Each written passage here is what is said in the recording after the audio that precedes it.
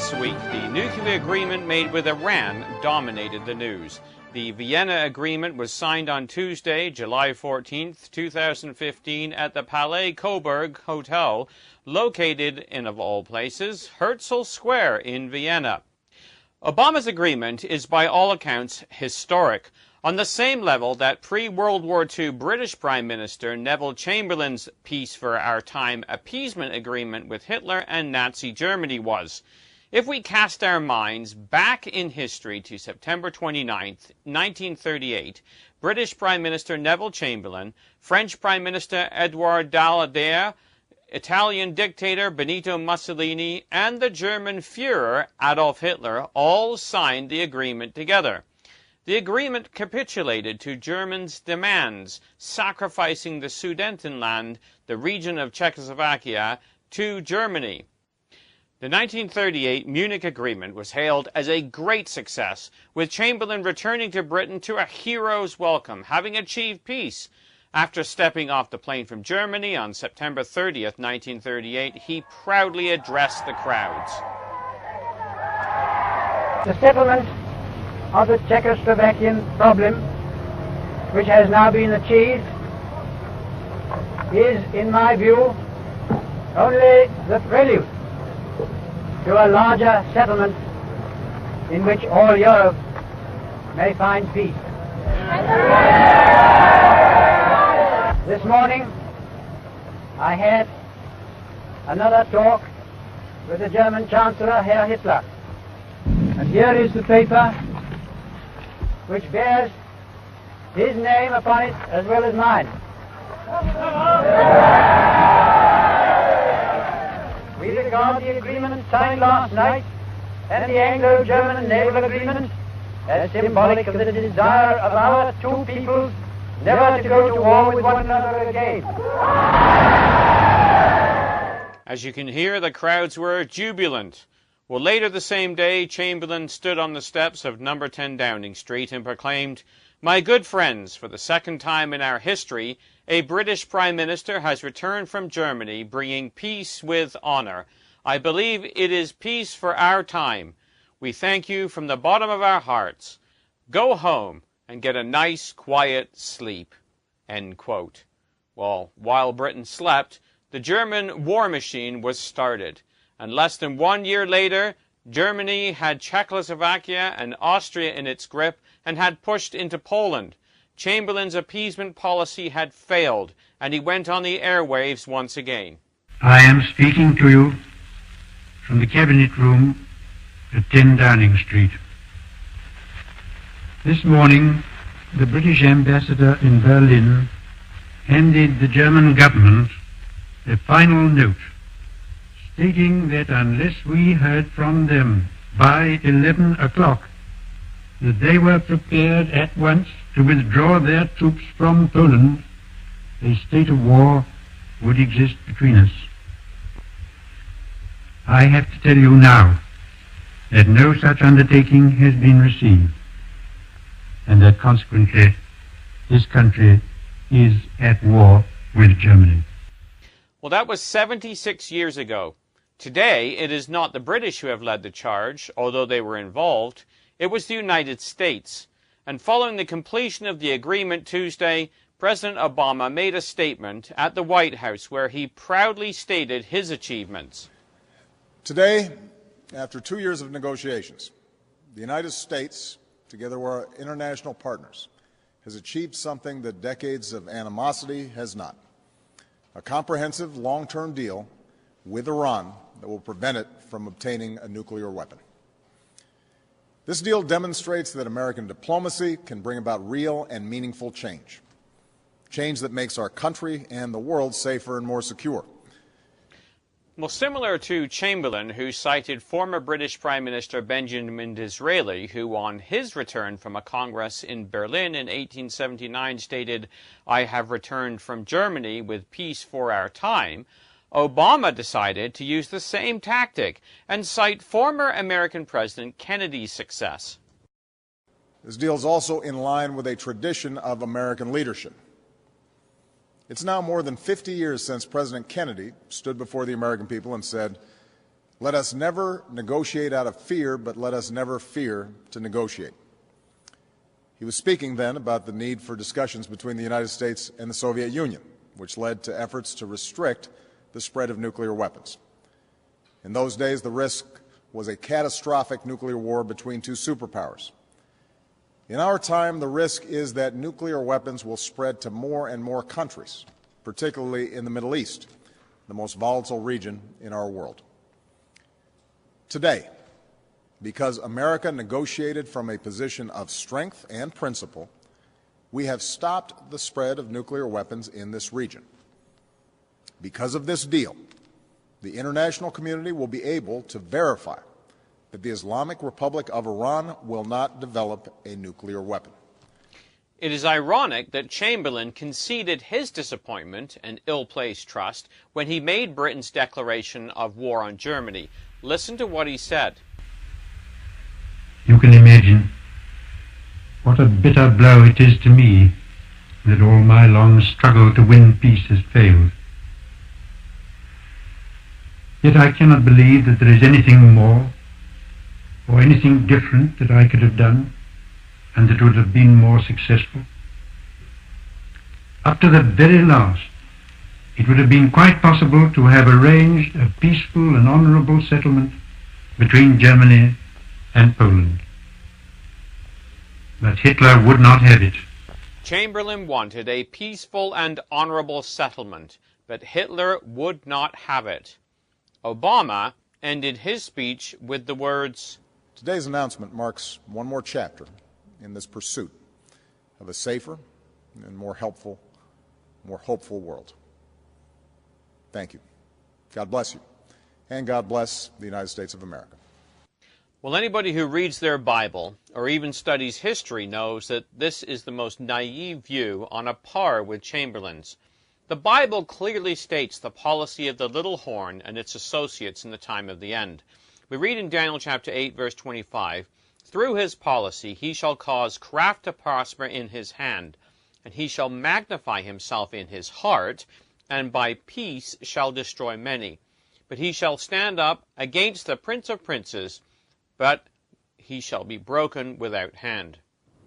Thessalonians echoes the tactic to be employed at the time of the end. We read in 1 Thessalonians 5, verses 2 to 3, For yourselves know perfectly that the day of the Lord so cometh as a thief in the night. For when they shall say peace and safety, then sudden destruction cometh upon them as travail upon a woman with child, and they shall not escape. Well, what are we to make of the proud pronouncements of presidents and prime ministers? Italian journalist Giulio Miotti, in an article entitled The World Has Just Abandoned Israel and the Jews, had the following to say this week. We don't know if Iran will actually manufacture the Islamic nuclear bomb. We don't know if Israel will use its military power to stop it. But we certainly know that the world has just abandoned the state of Israel and the Jewish people. The U.S. abandoned it. The U.S., which didn't rescue the Jews during the Holocaust and didn't help the Jews defend themselves during the 1948 War of Survival and Independence when they were attacked by 5 Arab armies. Barack Obama showed his real face by preferring Islam to Israel and Western civilization. The UK abandoned it. The UK, which used the White Paper during the Second World War to prevent the Jews from reaching Tel Aviv and saving themselves in the gas chambers. The European Union abandoned it, the same Europe on whose soil Hitler planned the extermination of 1/3 of the world's Jewry. The Western conscience abandoned it. He went on to state, Today it seems that for many journalists, men of letters and Western politicians, commentators in newspapers and on television, it is more comfortable to stay in perfect harmony with the emotions and the reasonings of international public opinion, which gloats in satisfaction before this horrible deal, to praise the appeasement of Iran's Islamic Revolution, and to forget Israel. Europe and America signed this deal to follow their cynical economic interests. Europe wanted to open the Iranian market. The world is interested in money, not in Israel. I will go even farther. In their hearts, they think that Israel is a burden and that the Middle East will be much more peaceful without a Jewish state. The Iranians and the Islamic world will do everything in their power to destroy the Jewish state. And after Vienna, they know that many nations will not shed a tear if Israel disappears." End quote. Well, some think that Giulio Miotti is cynical, but the Times of Israel reported that the business trips have already begun, starting with one of the signatories, Germany. The article was entitled, "German Business Mission Headed to Tehran," says Iran media. And the article stated, sanctions still in place, but reps from Siemens, Mercedes, Volkswagen said to be en route to Islamic Republic for trade talks. It stated that less than a week after the nuclear deal between Iran and the world powers was signed on Tuesday, a German delegation of top energy and other industry officials is scheduled to visit Iran, an Iranian news agency reported on Friday. The delegation will include 60 members and will be led by Berlin's Vice Chancellor and Economy Minister Sigmar Gabriel, Fars reported. So Miotti's judgment of the situation proved to be absolutely true. Germany isn't interested in peace, it's interested in business. After all, somebody has to foot the bill for Greece's bailout. Well, Israel's Prime Minister Benjamin Netanyahu was quick to respond to Tuesday's announcement. The world is a much more dangerous place today than it was yesterday. The leading international powers have bet our collective future on a deal with the foremost sponsor of international terrorism. They've gambled that in 10 years' time, Iran's terrorist regime will change while removing any incentive for it to do so. In fact, the deal gives Iran every incentive not to change. In the coming decade, the deal will reward Iran, the terrorist regime in Tehran, with hundreds of billions of dollars. This cash bonanza will fuel Iran's terrorism worldwide, its aggression in the region, and its efforts to destroy Israel, which are ongoing. He went on to state further, Here's what Hassan Nasrallah, the head of Iran's terrorist proxy Hezbollah, said about sanctions relief, which is a key component of the deal. He said, "A rich and strong Iran will be able to stand by its allies and friends in the region more than at any time in the past." Translation? Iran's support for terrorism and subversion will actually increase after the deal. The bottom line of this very bad deal is exactly what Iran's President Rouhani said today. The international community is removing the sanctions, and Iran is keeping its nuclear program. By not dismantling Iran's nuclear program, in a decade this deal will give an unreformed, unrepentant, and far richer terrorist regime the capacity to produce many nuclear bombs, in fact an entire nuclear arsenal with the means to deliver it.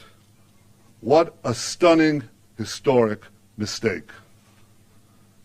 Israel is not bound by this deal with Iran, and Israel is not bound by this deal with Iran because Iran continues to seek our destruction.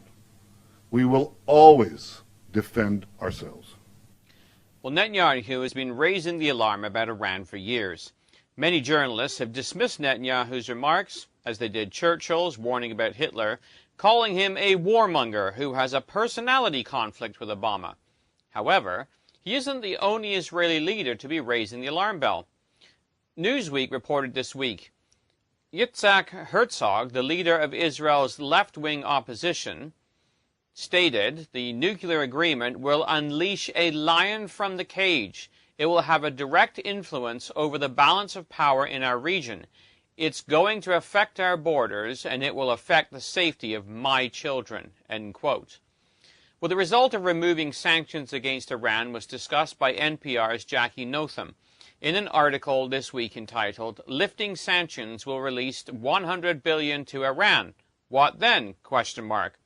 She answers the question in the article, stating, $100 billion, That's roughly how much the U.S. Treasury Department says Iran stands to recover once sanctions are lifted under the nuclear deal. The money comes from Iranian oil sales and has been piling up in some international banks over the past few years. But there are questions about what Iran will do with this windfall. But with the nuclear deal, Iran will be able to access the $100 billion after the International Atomic Energy Agency verifies that it has implemented nuclear-related measures under the agreement. Dubowitz, the executive director of the Foundation for Defense of Democracies, says there's concern about what Iran will do with the money once it gets it. We have no ability to constrain Iran if they want to spend $100 billion on funding Hezbollah or other terrorist organizations, he warns.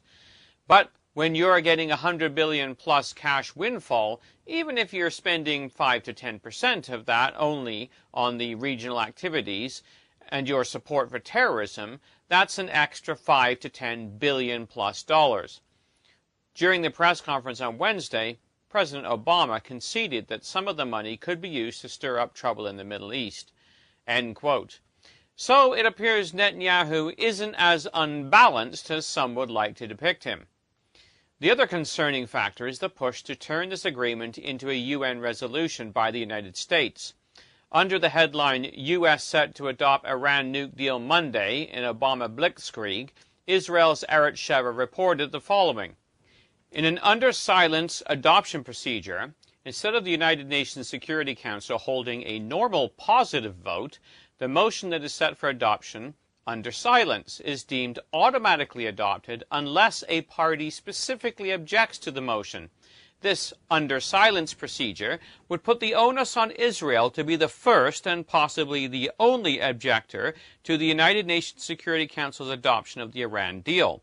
The Obama administration's use of the under silence procedure would appear to be an attempt to scare Israel into fearing that raising the objection to the Iranian nuclear deal will expose it, Israel, to the charge of obstructiveness and perils of isolation. Contrariwise, Israel's failure to raise an objection would be seen as an assent or at least acquiescence. To make matters worse, for Israel, with Israel's objection, the United Nations Security Council would likely then unanimously vote 15-0 for an Iranian deal. As for history's sake, it would be important to have the 15 members of the United Nations Security Council go on record as having voted for what many are calling a modern-day 1938 Munich appeasement of the Nazis, in a comparison to the Islamic regime's calls to destroy Israel while reportedly building a nuclear arsenal. End quote. So once again, Israel will be forced to stand alone. What else is new? The warning of the prophet stands for all those who turn their back on Israel. We read in Zechariah 12, verses 1-3, "The burden of the word of the Lord for Israel. Thus saith the Lord, which stretcheth forth the heavens, and layeth the foundations of the earth, and formeth the spirit of man within him. Behold, I will make Jerusalem a cup of trembling unto all the people round about, when they shall be in siege both against Judah and against Jerusalem. In that day I will make Jerusalem a burdensome stone for all people. All that burden themselves with it shall be cut in pieces, though all the people of the earth had gathered themselves against it." End quote. So shame on those nations who turn their back on the plight of God's people.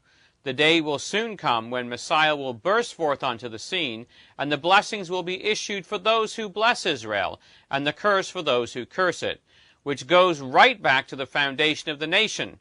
We read in Genesis 12, verse 3, "I will bless them that bless thee, and curse him that curseth thee, and in thee shall all families of the earth be blessed." So, when Obama ends his speech with the call for God to bless America, he should probably get his Bible out and realize that there's only one way in which God will bless America, and that is if they bless Israel, who is the apple of his eye. Obama predicts a peaceful and honorable settlement, but the question remains, will Iran have it? Well, that question was answered by Iran's supreme leader today. The Times of Israel reported, Iran's supreme leader on Saturday hailed the Iranian masses for demanding the destruction of Israel and America and said he hoped that God would answer their prayers. In a viciously anti-U.S. speech delivered in Tehran 4 days after Iran and the world powers signed an accord designed to thwart Iran's nuclear program, Ayatollah Ali Khamenei praised the slogans of the people of Iran, which indicated what direction they're headed for, according to the English translation of his speech by Iran's press TV. At the Al-Quds Day rally last week, Khamenei noted appreciatively, "You heard, 'Death to Israel, death to the U.S.' You could hear it." The whole nation was shaken by these slogans. It wasn't only confined to Tehran, the whole of the nation you could hear that was covered by this great movement. So we ask Almighty God to accept these prayers by the people of Iran. Khamenei also vowed in the speech, which was broadcast live on state television, that the nuclear agreement with the major powers wouldn't change Iran's policy against the arrogant American government, nor would it change the Islamic Republic's support or policy of supporting its friends in the region. The Islamic Republic of Iran will not give up support for its friends in the region, the oppressed peoples of Palestine, Yemen, the Syrian and Iraqi governments, the oppressed peoples of Bahrain, and sincere resistance fighters in Lebanon and Palestine. Our policy will not change with regard to the arrogant U.S. government, said Khamenei. His remarks were greeted intermittently by chants of "Death to America" and "Death to Israel" at the ceremony held in Tehran to mark the end of the Muslim fasting month of Ramadan. End quote. So perhaps it isn't time to go home and get a nice quiet sleep just yet. At least not in the Middle East. The world is destined for war. Iran, one of the partners in the Gogian Confederacy, wants to bring it into the Middle East. Foolish world leaders are quite willing to feed Israel's security to the Iranian crocodile, hoping to appease it. So while the world leaders delude themselves in their accomplishments, boasting to each other and congratulating each other with Nobel Peace Prizes, they might want to consider the words spoken many years ago by the Israelite king, "Let not him that girdeth on his harness boast himself as much as he that putteth it off." 1 Kings 20, verse 11. All this boasting about peace really amounts to nothing when it hasn't been accomplished yet. Real peace will only come when Messiah is in the earth and thwarts the Russian, European, Iranian axis and establish his kingdom in Jerusalem. Let us prepare ourselves for that day and whatever may lead up to it. For the Bible in the News, this has been Jonathan Bowen joining you.